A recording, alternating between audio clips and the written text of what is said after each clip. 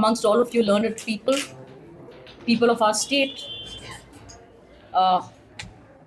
Shri Bijay Hrangkhwal ji, who is, a well-known person, not just in Tripura, but all over India and abroad. And now I think you're about 80 years of age. 84. 84. See, late in his 80s, but even then, he has the energy and the intellectual capacity to sit and write a book. How many of us can do that? So I appreciate that even now, he would like to document his life story. And not many of us, youngsters especially today, would not know much about the past. I'd say I'm a little lucky. I was also very young during those early years in the 80s.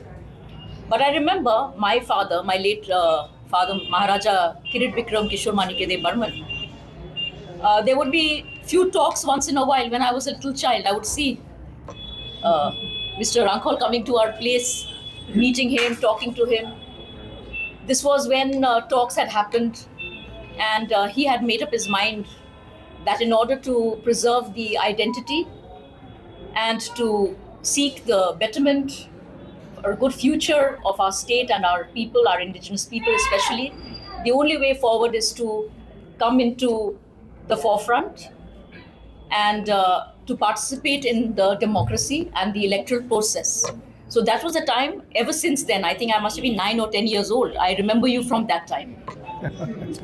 So, it was a very, very unique relationship. And I remember my father telling me, meet him, Mr. Hrangkhwal, he's doing a lot for our state, and I wish him all the best.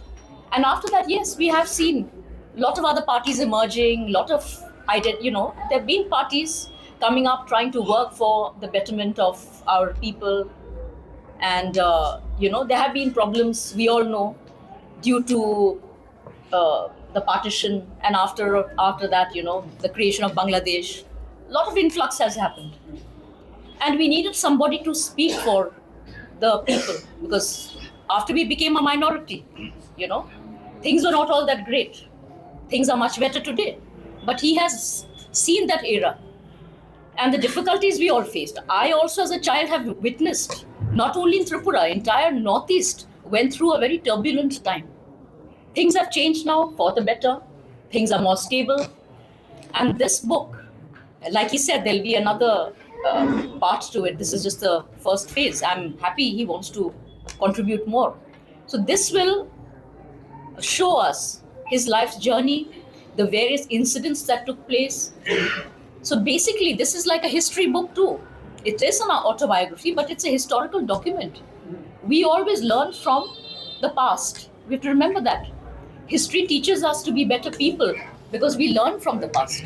And I think this momentous book will definitely help our young generation and everyone who's around here to go through the past, learn from whatever mistakes we may have made or whatever things we've achieved, and the various problems he had to face too in this life's journey. Life is not a bed of roses. And like you've mentioned here, I just went through it. He's dedicated it to his father, to my father who instilled in me the art of living a purposeful life and the strength to remain resilient in the face of life's storms. I think what you've mentioned here is a very good thing. And life is full of storms, but we have to persevere. We have to make it purposeful. If we don't have a purpose in life, we don't have an objective in life, then there's no point living. It's the same thing even incidentally. Late Maharaja taught me also.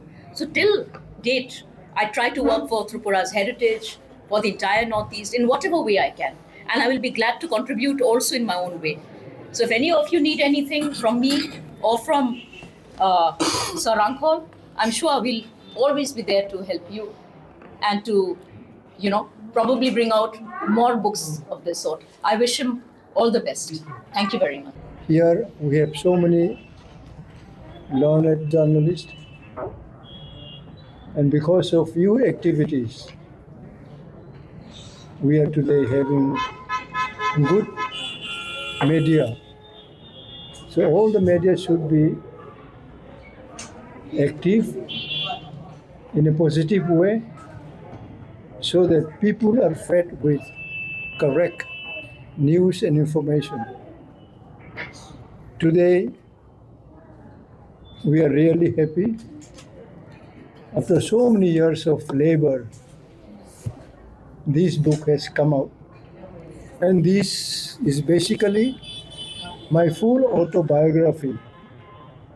And whatsoever I knew, I remember, and I did are mentioned inside.